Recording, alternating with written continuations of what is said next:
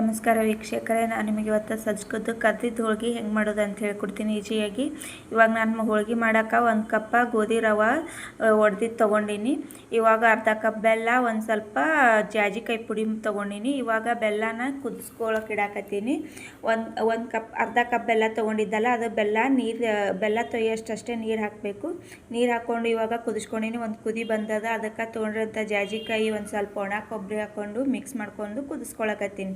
ಇದೇನು ಪಾಕ ಏನು ಬೆಲ್ಲ ಏನು ಪಾಕ ಬರೋದು ಬೇಕಾಗಿಲ್ಲ, ಸ್ವಲ್ಪ ಕುದಿ ಬಂದರೆ ಅಷ್ಟು ಸಾಕು. ಇವಾಗ ಒಂದು ಸ್ವಲ್ಪ ಉಪ್ಪು ಹಾಕ್ಕೊಂಡಿನಿ. ಉಪ್ಪು ಹಾಕ್ಕೊಂಡು ತೊಗೊಂಡಿರೋಂಥ ರವಾನ ಹಾಕ್ಕೊಂಡು ಮಿಕ್ಸ್ ಮಾಡ್ಕೊಳಕತ್ತೀನಿ.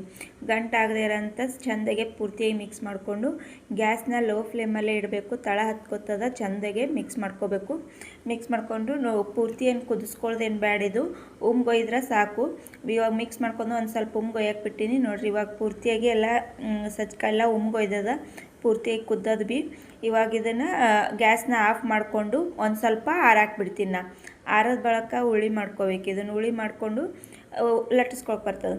ಇವಾಗ ನೋಡಿರಿ, ಆರ್ಯದ ಪೂರ್ತಿಯಾಗಿ ಇವಾಗ ಉಳ್ಳಿ ಮಾಡ್ಕೊಳತ್ತೀನಿ. ನಿಮ್ಗೆ ಏನಾರು ಒಂದು ಸ್ವಲ್ಪ ಇದು ಸಜ್ಜಕ ಅಳಸಾಗಿತ್ತಂದ್ರೆ ನೀವು ಒಂದು ಸ್ವಲ್ಪ ಹಿಟ್ಟು ಹಾಕ್ಕೊಂಡು ಮಿಕ್ಸ್ ಮಾಡ್ಕೋಬೋದು. ಗೋಧಿ ಹಿಟ್ಟು ಹಾಕ್ಕೊಂಡು ಮಿಕ್ಸ್ ಮಾಡ್ಕೋಬೋದು. ಇಲ್ಲಕ್ಕಂದ್ರೆ ಉಂಡೆ ಮಾಡಿ ಇಟ್ಟು ಮರುದಿವ್ಸ ಒಂದು ದಿನ ಇಟ್ಟು ಮಾಡಿದ್ರೂ ಪೂರ್ತಿಯಾಗಿ ಬಿಗಿತದ.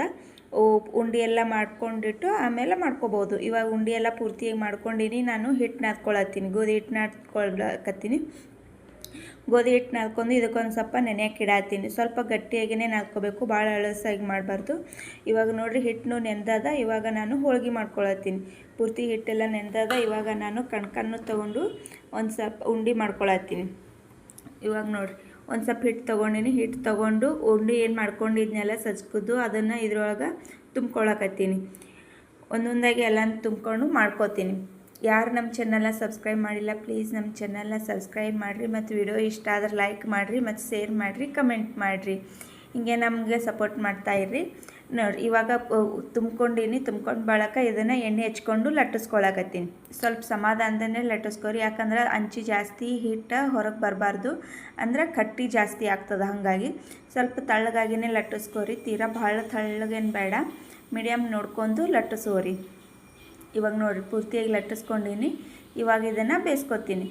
ಬೇಯಿಸ್ಕೊಳ್ಳೋದಂದ್ರೆ ಎಣ್ಣೆ ಹಚ್ಚೇನು ಬೇಯಿಸೋದು ಬೇಡ. ಎಣ್ಣೆ ಹಚ್ಚಿ ಲಟ್ಟಿಸ್ಕೊಂಡಿರ್ತೇವಲ್ಲ, ಹಂಗೆ ಸ್ವಲ್ಪ ಬೇಯಿಸ್ಕೊಳ್ಳೋದಷ್ಟೇ. ಈಚೆಗೆ ಎರಡು ಸೈಡ್ ಒಂದು ಸ್ವಲ್ಪ ಬೇಯಿಸ್ಕೊಳ್ಳೋದಷ್ಟೇ, ಪೂರ್ತಿಯಾಗಿ ಬೇಯಿಸ್ಕೊಳ್ಳೋದಿಲ್ಲ. ಬೇಯಿಸ್ಕೊಂಡು ಬಳಕ ಆಮೇಲೆ ಇವನ್ನ ಕರ್ಕೋಬೇಕು. ಇಲ್ಲಾಂದ್ರೆ ಬೇಕಂದ್ರೆ ಎಣ್ಣೆ ಹಚ್ಕೊಂಡೆ ನೀವು ಎರಡು ಸೈಡೆ ಜಾಸ್ತಿ ಎಣ್ಣೆ ಹಚ್ಕೊಂಡು ಬೇಯಿಸ್ಕೋಬೋದು, ಇಲ್ಲಾಂದ್ರೆ ಕರ್ಕೋಬೋದು. ಬೇಯಿಸಿದ್ದೇನು ಜಾಸ್ತಿ ದಿನ ಇಡೋಕ್ಕಾಗಂಗಿಲ್ಲ. ಇವು ಕರ್ಕೊಂಡಿದ್ದು 15 ದಿನಗಟ್ಲೆನೂ ಇಟ್ಟು ತಿನ್ಬೋದು. ಇವಾಗ ನೋಡಿರಿ, ಕರ್ಕೊಳಕತ್ತೀನಿ. ಇವು ನೋಡಿರಿ ಎಷ್ಟು ಚಂದ ಉಬ್ಬಿ ಬಂದಾವಂತೇಳಿ. ಪೂರ್ತಿಯಾಗಿ ಎಲ್ಲನೂ ಇದೇ ರೀತಿ ಏನು ಮಾಡ್ಕೊಂಡಿನಿ. ಕಲರ್ ಸ್ವಲ್ಪ ಕೆಂಪಾಗುವಂಗೆ ಕರ್ಕೋರಿ. ಕುರುಕುರುವಾಗಿ ಟೇಸ್ಟು ಹತ್ತಾವ, ಕಲರ್ ಕೆಂಪಾಗಿ ಟೇಸ್ಟ್ ಹತ್ತಾವ. ಇವಾಗ ನೋಡಿರಿ, ಕರ್ಕೊಂಡಿನಿ. ಕಲರ್ ನೋಡಿರಿ ಎಷ್ಟು ಚೆಂದಾಗಿ ಬಂದದಲ್ಲ. ಇದೇ ರೀತಿ ಎಲ್ಲನೂ ಹಿಂಗೆ ಕರ್ಕೊಂಡಾಗ್ಯದ. ನೋಡಿರಿ, ಎಲ್ಲನೂ ಆಗ್ಯಾವ. ಕಲರ್ ಎಲ್ಲ ಎಷ್ಟು ಚೆಂದಾಗಿ ಕಾಣಕತ್ತಲ್ಲ. ಇವು ನೀವು 15 ದಿನಗಟ್ಲೆನೂ ಇಟ್ಟು ಸ್ಟೋರ್ ಮಾಡಿಕೊಂಡು ತಿನ್ಬೋದು, ಏನೂ ಆಗಂಗಿಲ್ಲ. ಇವಾಗ ನಿಮಗೊಂದು ತೋರಿಸ್ತೀನಿ ನೋಡಿರಿ, ಎಷ್ಟು ಕುರುಕುರಾಗಿ ಬಂದದಂತ. ನಿಮಗೆ ನೋಡಿ ಎಷ್ಟು ಚೆಂದಾಗಿ ಬಂದದಲ್ಲ.